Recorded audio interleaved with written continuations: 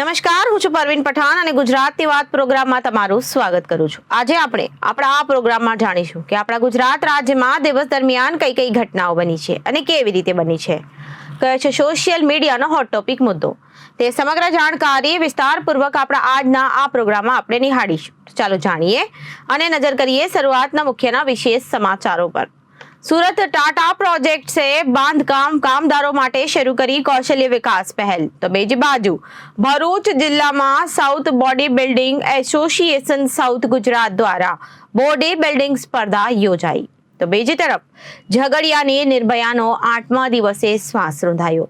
પહેલા દિવસે જ બાળકીને બચવાની શક્યતા 1% જેટલી હતી અને ગુપ્તાંગમાં નાખેલો લોખંડનો સળિયો આંતરડા સુધી પહોંચી ગયો હતો। તો બીજી તરફ સુરતમાં કોંગ્રેસની પ્રેસ કોન્ફરન્સ। રાજ્યસભામાં સંસદ મુકુલ વાસનિક, પ્રદેશ કોંગ્રેસ પ્રમુખ શક્તિસિંહ ગોહિલ અને વિધાનસભા વિપક્ષ નેતા અમિત ચાવડા સુરત મુલાકાતે। તો બીજી તરફ વડોદરામાં પુષ્પરાજ જેવો ચંદન તસ્કરોનું સોફ્ટ ટાર્ગેટ। ગુજરાતમાં વડોદરામાં સૌથી વધુ ચંદનના 2000 વૃક્ષો ચોરો 5 મિનિટમાં ઝાડ કાપી ફરાર થઈ જાય છે। 1 હેક્ટરની ખેતીમાં 5 કરોડની કમાણી। તો બીજી બાજુ ભરૂચના સોનેરી મહેલ વિસ્તારમાં 3 ગલુડિયાની માદા માતા શ્વાનને લાકડીના સપાટાથી ક્રૂરતાપૂર્વક મારી નાખતા જીવદયા પ્રેમીઓ દ્વારા ફરિયાદની તજવીજ હાથ ધરાઈ।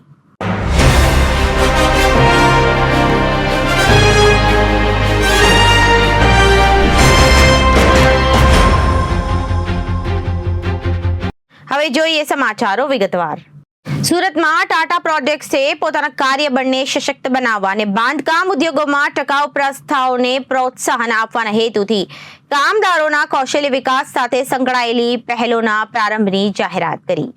આ પહેલોને તેમના કામદારોને વ્યાપક તાલીમ, માન્યતા પ્રાપ્ત પ્રમાણપત્ર અને આર્થિક સહાયતા પૂરી પાડવા માટે તૈયાર કરવામાં આવી છે, જે અંતર્ગત ઉત્તમ સાઇટ વ્યવસ્થાપન અને કૌશલ્ય પ્રતિભાસંપન્ન સમૂહથી કંપનીને લાભ પણ પહોંચી રહ્યો છે। કંપની પહેલાના માધ્યમથી કામદારોને કુશળ બાંધકામ નિષ્ણાતો બનવાની તક આપીને સશક્ત કરવાનો છે, જેથી આ રીતે તેમની રોજગાર ક્ષમતામાં સુધારો થઈ શકે છે।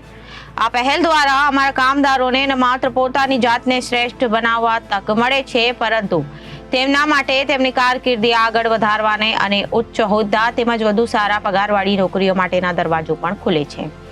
કન્સ્ટ્રક્શન ઇન્ડસ્ટ્રીના આગલી હરોળના કાર્યબળને વ્યાપક વર્ગ ઇન્ટિગ્રેટેડ ટ્રેનિંગને ફાયદો થશે, જે અંતર્ગત ક્લાસરૂમ લર્નિંગ સાથે સાથે સંયુક્ત વ્યવહારિક અનુભવ પૂરો પાડવામાં આવે છે, જેથી તેઓ દરેક પ્રકારના કૌશલ્યને પ્રાપ્ત કરી શકે છે।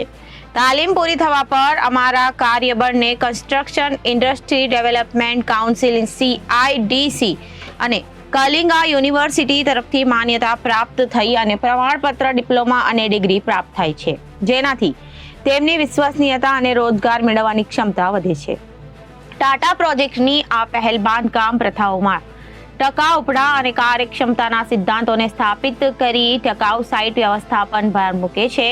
આ તાલીમ કાર્યક્રમનો ઉદ્દેશ્ય છે અને બાંધકામ ઉદ્યોગમાં કૌશલ્યવાન પ્રતિભાઓનો સમાવેશ કરવો અને તેના વિકાસ વૃદ્ધિમાં ફાળો આપતા હોય આ પહેલાના માધ્યમથી અમો નિપુણ પ્રમાણિત કાર્યબળમાં વિવિધતા અને કુશળ ટ્રેનર્સનો એક સમૂહ હાંસલ કરવા ઈચ્છે છીએ। આવનારા દિવસોમાં અમે કુશળ અને ફોરમેનના સમૂહ, બાંધકામ સુપરવાઇઝર માટે પ્રતિભા સમૂહ બનાવવા અને આગામી યોજનાઓ માટે એક કેડર સ્થાપિત કરવા ઈચ્છીએ છીએ। આ પ્રોગ્રામ કર્મચારીઓની કારકિર્દી બાંધકામ ઉદ્યોગોમાં ઉત્કૃષ્ટતા મેળવવા માટે જરૂરી નિપુણતાથી સજ્જ કરીને ઉલ્લેખનીય લાભો પૂરું પાડીશું, જેથી વધુ સ્તર ભાવિની સુનિશ્ચિત થશે।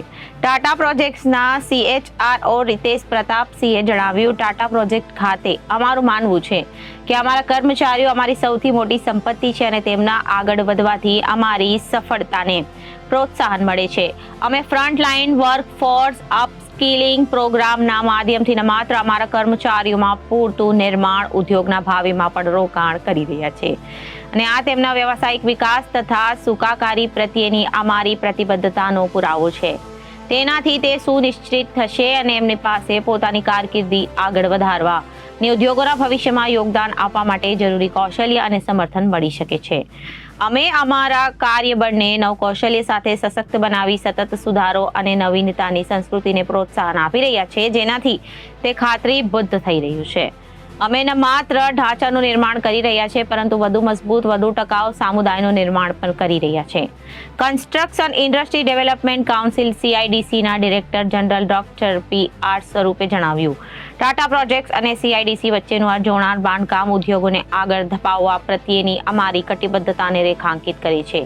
કામદારોને જરૂરી કૌશલ્ય અને જ્ઞાનથી સજ્જ કરીને અમે ન માત્ર તેમની વ્યક્તિ કારકિર્દીને શ્રેષ્ઠ બનાવી રહ્યા છીએ પરંતુ ઉદ્યોગમાં ગુણવત્તા અને કાર્યક્ષમતા માટે પણ નવા ધોરણો પણ સ્થાપિત કરી રહ્યા છીએ. સાથે મળીને અમે કાર્યબળ અને તેમના સમુદાય માટે એક ઉજ્જવળ ભવિષ્યનું નિર્માણ કરી રહ્યા છીએ. देवेंद्र मोहे टाटा प्रोजेक्ट्स में स्किल शक्ति और निर्माण नायक का अक्रॉस टाटा प्रोजेक्ट्स साइट्स में रन कर रहा हूँ. स्किल शक्ति ये हम अनस्किल्ड वर्कर्स को अपस्किल करके सेमी स्किल्ड कैटेगरी में लेके आ रहे हैं और निर्माण नायक जो हमारा प्रोग्राम है ये हमारा सेमी स्किल्ड या स्किल्ड जो सुपरवाइजर्स है इनको सर्टिफाइड बना रहे हैं with in the 3 years bachelor in vocational education and निर्माण नायक. ये दोनों हमारे इनिशिएटिव्स है ये ऑन द साइट ट्रेनिंग में होते हैं एंड CIDC जो कंस्ट्रक्शन इंडस्ट्री डेवलपमेंट काउंसिल है हमारा नॉलेज पार्टनर है and bachelor in vocational education Kalinga university से मिलता है. इस निर्माण नायक का जो कोर्स है ये 3 years का कोर्स है. इसके टाटा प्रोजेक्ट्स इसको स्पॉन्सर करती है कैंडिडेट्स को और स्किल शक्ति जो है ये 5 weeks का शॉर्ट पीरियड का ऑन द कोर्स है. इसमें हम केवल उसको अपस्किल करके एक स्किल कार्ड देते हैं ताकि वो अक्रॉस टाटा प्रोजेक्ट्स कहीं भी जाके अपने आप को जुड़ सकता है. हमारा उद्देश्य है कि जो हमारे पास वर्कमैन है इनकी प्रोडक्टिविटी इम्प्रूव हो जाए तो इससे हमारे काम बहुत जल्दी हो जाएंगे और हमारी कार्य की कुशलता बढ़ेगी. मेरा नाम बिपिन है, बिपिन बिहारी पाड़ी.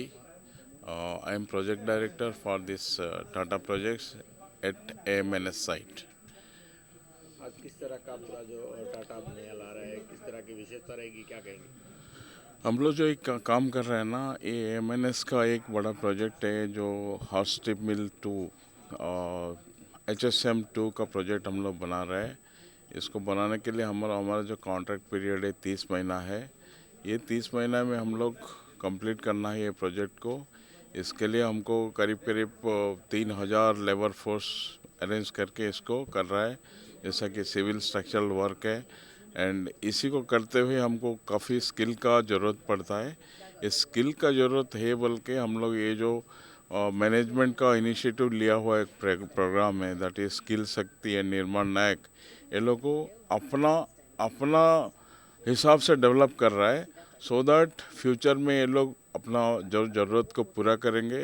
इनका जो फिनेंशियल ये रहेगा फैसिलिटी रहेगा वो कंपनी बिकॉज ऑफ कंपनी इनका जो फिनेंशियल कंडीशन है वो अपलिफ्ट होगा एंड लॉन्ग टर्म ये जो प्रोग्राम है वो चलता रहेगा सो दैट जो अपकमिंग चैलेंजेस है फॉर डिफरेंट प्रोजेक्ट जो नया नया प्रोजेक्ट आ रहा है इनसे हम लोग एंगेज कर सके ताकि we can create a win win situation. इनको भी एंगेजमेंट होने का चांस मिलेगा प्लस हमारा भी ज़रूरत को पूरा हो जाएगा.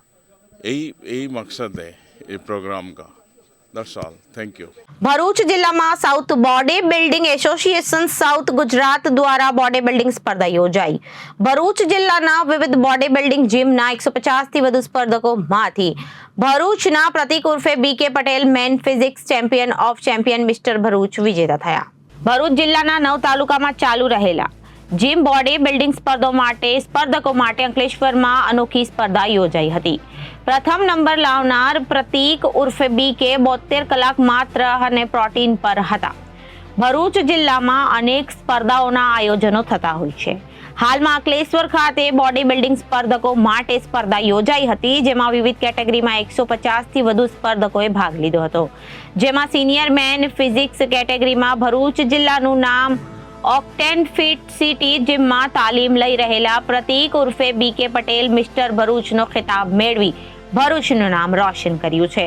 ભરૂચ જિલ્લામાં વર્ષ 2024માં અંતિમ માસ એટલે ડિસેમ્બરમાં અનેક સ્પર્ધાઓનું આયોજન થતા હોય છે છેલ્લા ઘણા સમયથી બોડી બિલ્ડિંગ એટલે કે જીમમાં તાલીમ લઈ રહેલા સ્પર્ધકો માટે પણ અનેક વખત સ્પર્ધાઓનું આયોજન કરવામાં આવ્યું હતું. ગુજરાતમાં કાર્યરત south body building association south Gujarat દ્વારા બોડી બિલ્ડિંગ સ્પર્ધાનું આયોજન અંકલેશ્વરના એક હોલ ખાતે કરાયું હતું, જેમાં ભરૂચ જિલ્લાના 9 તાલુકામાં કાર્યરત જીમના સ્પર્ધકોએ ભાગ લીધો હતો, જેમાં વિવિધ કેટેગરીમાં પોતાની કળા રજૂ કરી, જેમાં સિનિયર જુનિયર સહિતની કેટેગરીમાં ભરૂચ જિલ્લાના ઓક્ટેન ફિટ સિટી જીમમાં તાલીમ લઈ રહેલા પ્રતીક ઉર્ફે BK પટેલ નાઓને 2024-25 નો મિસ્ટર ભરૂચનો ખિતાબ જીતવા માટે છેલ્લા 72 કલાકની તેમની ફિટનેસ એટલે કે છેલ્લા 72 કલાકમાં માત્ર પ્રોટીન ઉપર રહી પાણી અને ખોરાકથી દૂર રહી સ્પર્ધામાં ભાગ લેતા તેઓએ પોતાની પોઝિંગ રજૂ કરાતા સિનિયર કેટેગરીમાં men physics champion of champion mister ભરૂચનો ખિતાબ જીતી ભરૂચ જિલ્લાનું નામ રોશન કર્યું છે. સાથે માત્ર ભરૂચ જિલ્લામાં જ નહીં પરંતુ પ્રતીક ઉર્ફે BK પટેલ આગામી 26મી જાન્યુઆરીના રોજ અમદાવાદ ખાતે યોજાનાર મોડલિંગ મિસ્ટર ગુજરાતમાં પણ સિલેક્શન થતા માત્ર ભરૂચ જિલ્લામાં જ નહીં પરંતુ ઉત્તર ગુજરાતમાં પણ ભરૂચ જિલ્લાનું નામ ગૂંજતું રહે તેવા ઉદાહરણો પણ સ્પષ્ટ વર્તાઈ રહ્યા છે.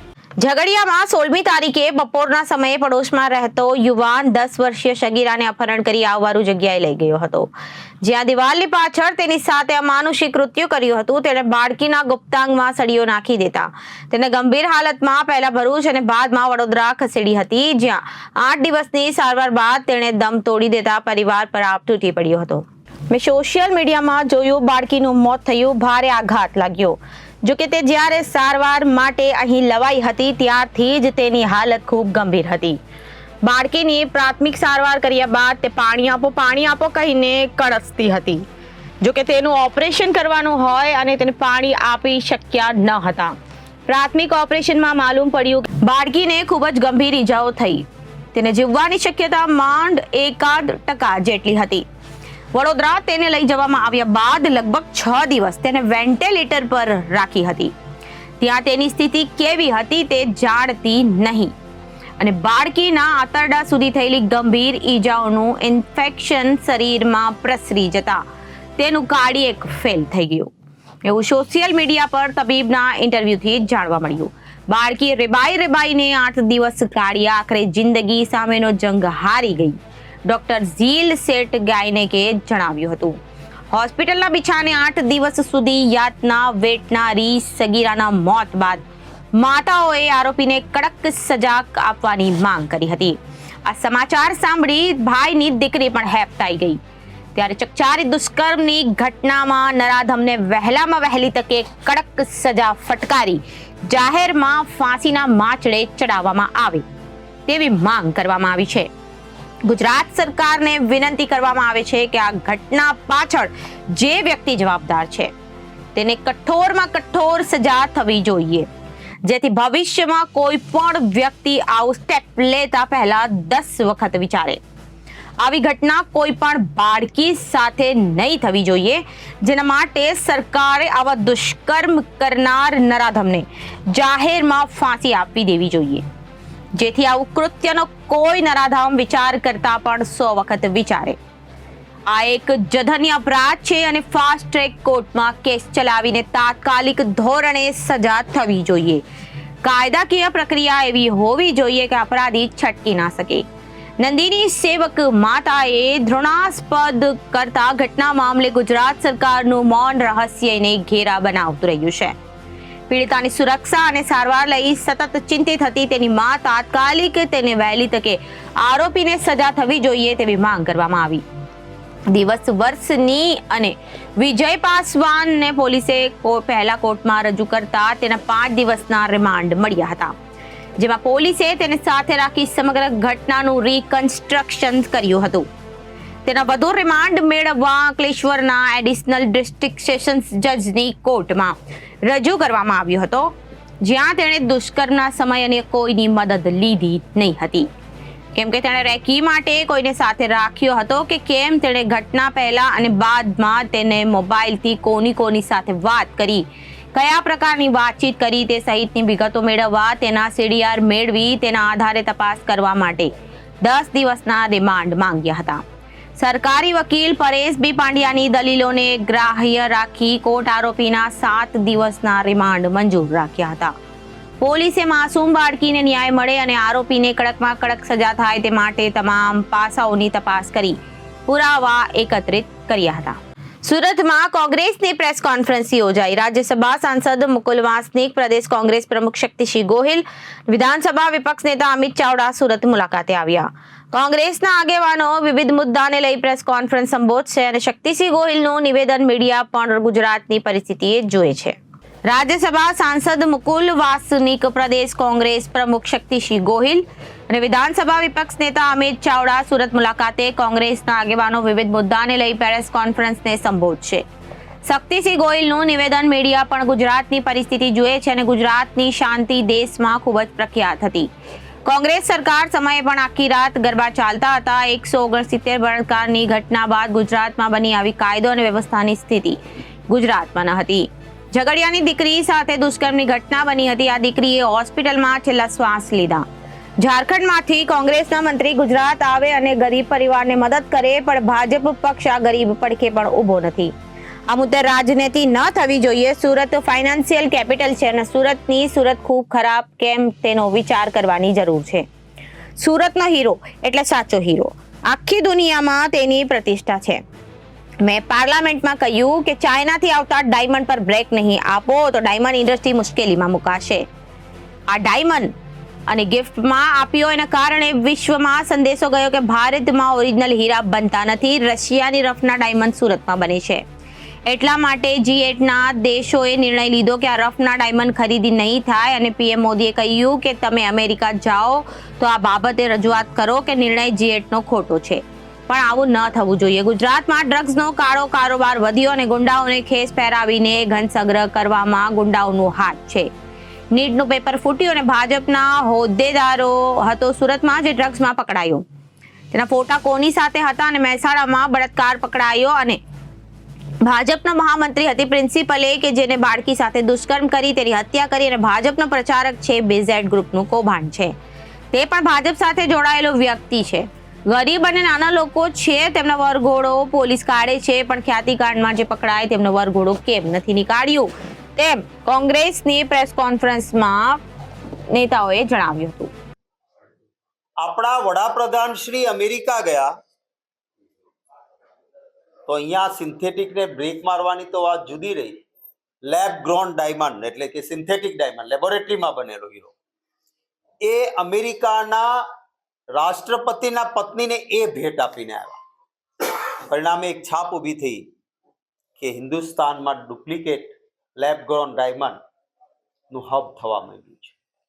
આના કારણે આપણા હીરાને શંકાની નજરે જોવાનો થયો. લેબ ગ્રોન ડાયમંડ સામાન્ય પરીક્ષણમાંથી પસાર થાય તો ખબર ના પડે કે લેબ ગ્રોન છે કે ઓરિજિનલ છે. એના જે સાયન્ટિફિક લેબોરેટરીના ટેસ્ટ ખૂબ મોંઘા થાય અને આપણા હીરાઓને એમાંથી પસાર થવાનું થયું એ મંદીનું એક કારણ છે.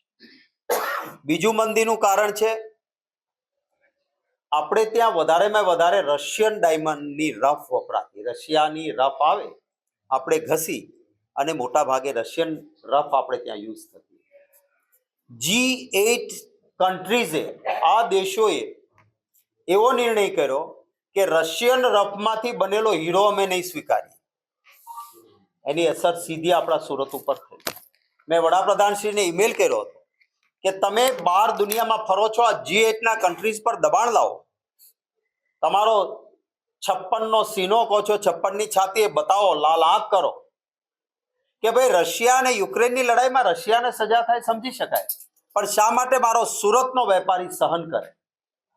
G8 કન્ટ્રીઝ રશિયન રફમાંથી સુરતમાં બનેલો હીરો ન સ્વીકારે તો સૌથી મોટી માર્કેટ ઉપર અસર થશે અને એનો ભોગ આપણા સુરતના ઉદ્યોગને બનવું પડશે. અમેરિકા જતા હતા હમણાં છેલ્લે, ત્યારે પણ મેં એમને ઈમેલ કરી હતી કે તમે જાઓ છો અમેરિકા, દબાણ કરો અમેરિકા ઉપર કે ભાઈ આ G8 કન્ટ્રીઝનો નિર્ણય ખોટો છે.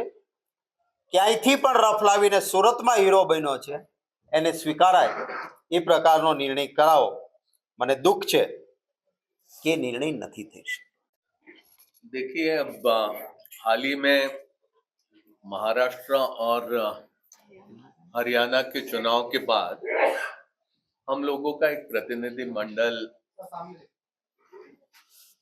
इलेक्शन कमीशन ऑफ इंडिया से मिलने गया, हमने अपनी बात उनके सामने रखी और उसके जवाब में इलेक्शन कमीशन हमें ये बताते हैं कि महाराष्ट्र में लोकसभा चुनाव के बाद विधानसभा चुनाव तक 5 महीनों में 39 लाख मतदाताओं को जोड़ा गया।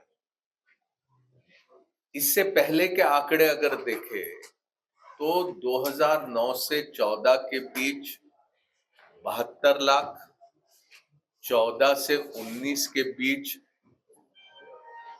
63 लाख और 2019 से 2024 के बीच में 70 लाख। इस तरह से 5-5 साल के पीरियड में मतदाताओं को जोड़ा गया था, लेकिन 5 महीनों में 3 जून 2024 के बाद 39 लाख मतदाताओं को जोड़ा गया, करीब 6 लाख मतदाताओं को डिलीट किया गया। हमने ये मांग रखी कि ये जो सारी जानकारी है ये बूथ वाइज आप अपने वेबसाइट पर चढ़ा दीजिए। फॉर्म 6, 7, 8 और 8A के मुताबिक जो अर्जी इलेक्शन कमीशन के समक्ष लोगों ने रखी उसकी पूरी जानकारी ये पब्लिक डोमेन में रहनी चाहिए। इलेक्शन कमीशन ने हमें बताया कि हम ये जानकारी उपलब्ध करा देंगे। वो अभी तक उपलब्ध हुई ये जानकारी मुझ तक नहीं मिली है। ईवीएम के बारे में हमने ये एक सुझाव दिया कि महाराष्ट्र में से कोई भी रैंडम 25 ईवीएम आप उठा लीजिए, 25 ईवीएम रैंडमली हरियाणा से आप ले लीजिए, दिन भर उसका काम चलने के उपरांत आप शाम को ये दिखा दीजिए कि उसमें 99% बैटरी अभी भी बची हुई है, तो हम आपकी जो भी बात है हम वो मानने के लिए तैयार है, लेकिन उस पर आगे की कार्रवाई अब तक नहीं हुई। कांग्रेस अध्यक्ष खड़गे जी ने और कांग्रेस पार्टी की ओर से हमने कहा कि चुनाव में ट्रांसपेरेंसी लाने के लिए बैलेट के जरिए मतदान होना चाहिए। उस दिशा में हमने लोगों के बीच अपनी बातचीत पहुंचाने का काम किया है। इससे पहले भी 2019 में जब इलेक्शन कमीशन ने तमाम राजनीतिक दलों के प्रतिनिधि को बुलाया था जानकारी लेने के लिए, उस समय भी क्योंकि मैं स्वयं कांग्रेस पार्टी से उस मीटिंग में उपस्थित था, हमने ये बात रखी थी कि बैलेट के जरिए चुनाव होना चाहिए, लेकिन चुनाव आयोग ने ये बात हमारी तब भी नहीं मानी। सुप्रीम कोर्ट ने मना कर दिया कि भाई बैलेट पेपर से चुनाव नहीं होंगे, तो भी आप उसी मांग को जब देखिए एक जिम्मेदार राजनीतिक दल, एक ऐसा राजनीतिक दल जो बहुत पुराना है, पहले चुनाव से लेकर अब तक के हर चुनाव में हिस्सा लेते रहा, हमारा यह हक बनता है कि चुनाव की प्रक्रिया को पारदर्शी बनाने की दिशा में अगर हमारी कोई राय है तो हम वो राय रखें, ये हमारा अधिकार बनता है। मैं नहीं समझता हूं कि इस अधिकार का अगर हम इस्तेमाल करते हैं तो उसके ऊपर किसी आक्षेप करने की आवश्यकता है। ઉદ્યોગમાં મંદી ચાલતી હોય, કામદારો બેકાર બન્યા હોય, આત્મહત્યા કરવા માટે મજબૂર હોય, તેમ છતાં સરકાર આ યોજના હેઠળ પણ લાભ આપતી નથી। ખરેખર તો સરકારે આ હીરા ઉદ્યોગની મંદીમાંથી એને ઉગારવા માટે, કામદારોને રક્ષણ આપવા માટે, સહાય માટે કોઈ સ્પેશિયલ પેકેજ બહાર પાડવાની જરૂર છે। અને છેલ્લા 1 વર્ષથી અમે પણ માગણી કરીએ છીએ, કામદારો પણ માગણી કરે છે અને એના કારખાનેદારો પણ માગણી કરે છે, પણ સરકાર એના માટે એક પણ કોઈ પગલું લેતી નથી। તો પેકેજ જાહેર કરવામાં આવે એવી પણ માગણી કરીએ છીએ અને આ રાજીવ ગાંધી શ્રમિક કલ્યાણ યોજનાને તાત્કાલિક લાગુ કરી અને જેટલા રત્ન કલાકારો બેકાર બન્યા છે એ બધા જ લોકોને એનો લાભ આપવામાં આવે એવી માગણી કરીએ છીએ। સાથે સાથે ડાયમંડ વર્કર એસોસિએશન કામદારોની લાંબા સમયથી માંગણી છે અને કોંગ્રેસ પક્ષ તરીકે અમે પણ વારંવાર વિધાનસભાથી લઈને બધી જ જગ્યાએ મુદ્દા ઉપાડ્યો છે કે આ રત્ન કલાકારોને કાયમી ધોરણે આર્થિક મદદ મળે, એના બાળકોને શિક્ષણમાં મદદ મળે, એના રહેવા માટેના આવાસથી લઈને અન્ય આરોગ્યની સુવિધાઓ મળે, એટલા માટે રત્ન કલાકાર કલ્યાણ બોર્ડની સ્થાપના ગુજરાત સરકાર તાત્કાલિક કરે એવી માંગણી કરીએ છીએ. સાથે સાથે સુરતનો બીજો ખૂબ મહત્વનો ઉદ્યોગ એટલે ટેક્સટાઇલ ઉદ્યોગ છે, જે આખા વિશ્વમાં આપણે એના માટે જાણીતા છે.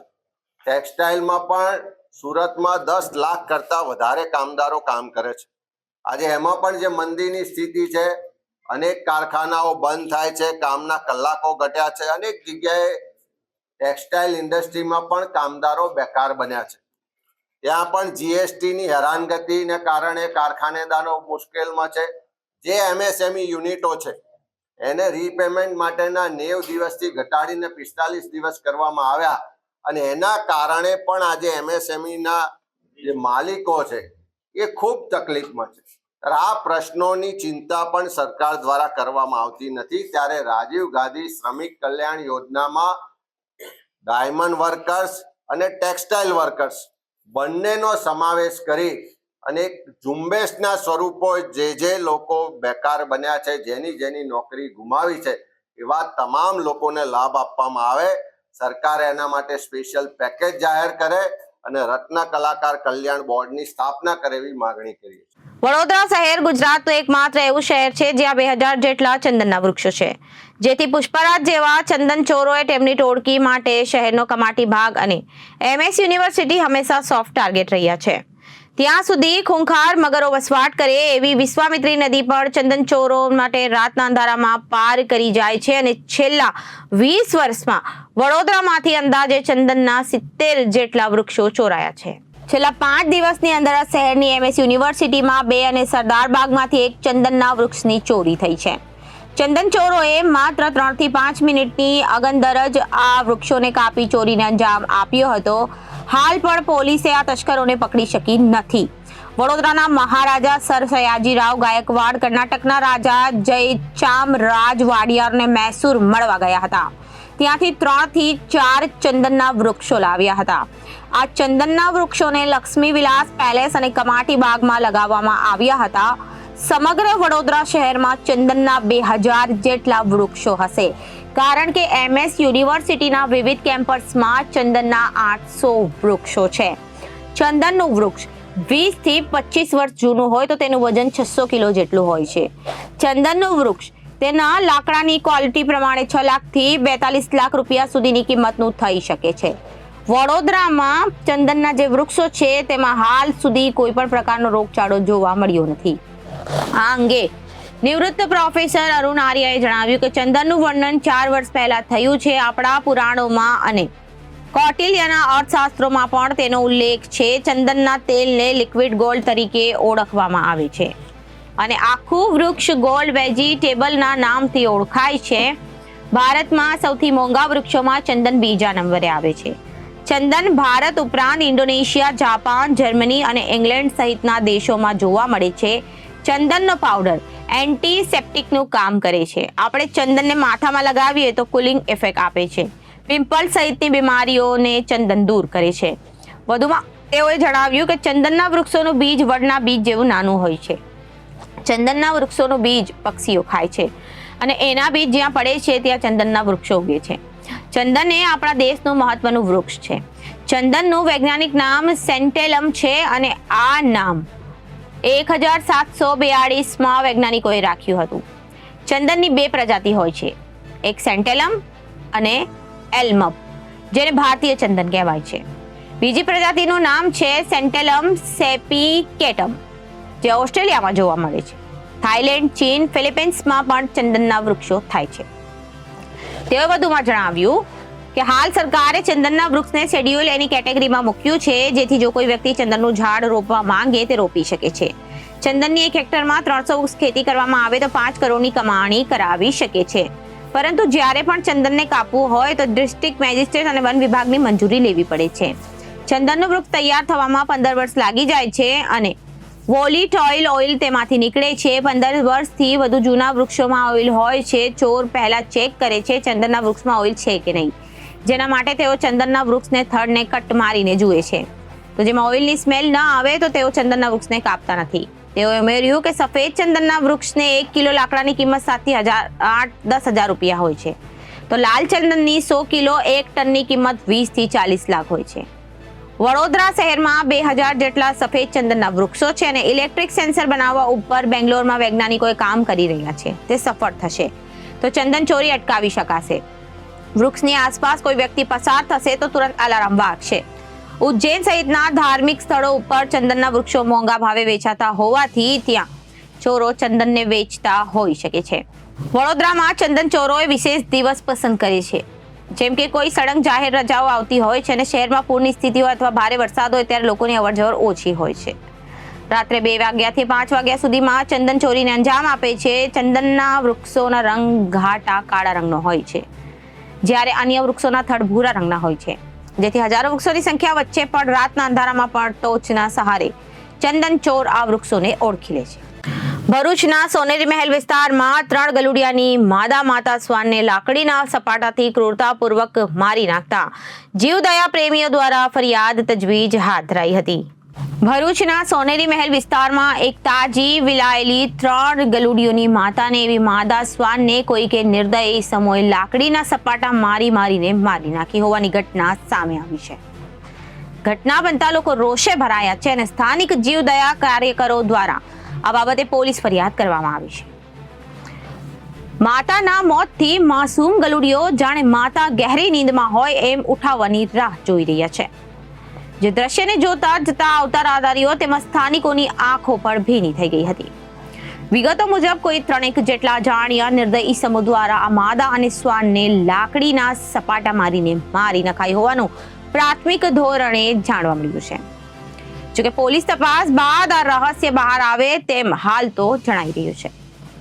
માતા વિયોગમાં ભૂખ્યા બચ્ચાઓને ખાવાનું આપવા સ્થાનિકો આગળ આવ્યા હતા. જોકે માતા નિદ્રામાંથી હમણાં જાગશે એવી આશા રાખી આશામાં બેઠેલા આ નાના ગલુડિયાઓને જોઈને લોકો દુઃખ વિભોર થયા હતા અને આવું નિર્દય કૃત્ય કરવા વાળાઓને સખતમાં સખત સજા થાય એવી લોક માંગ ઉઠી છે. તો અત્યારે ગુજરાતની વાતમાં વિરામ લઈએ. વધુ સમાચારો જોવા માટે જોતા રહો જનાદેશ ન્યૂઝ. નમસ્કાર.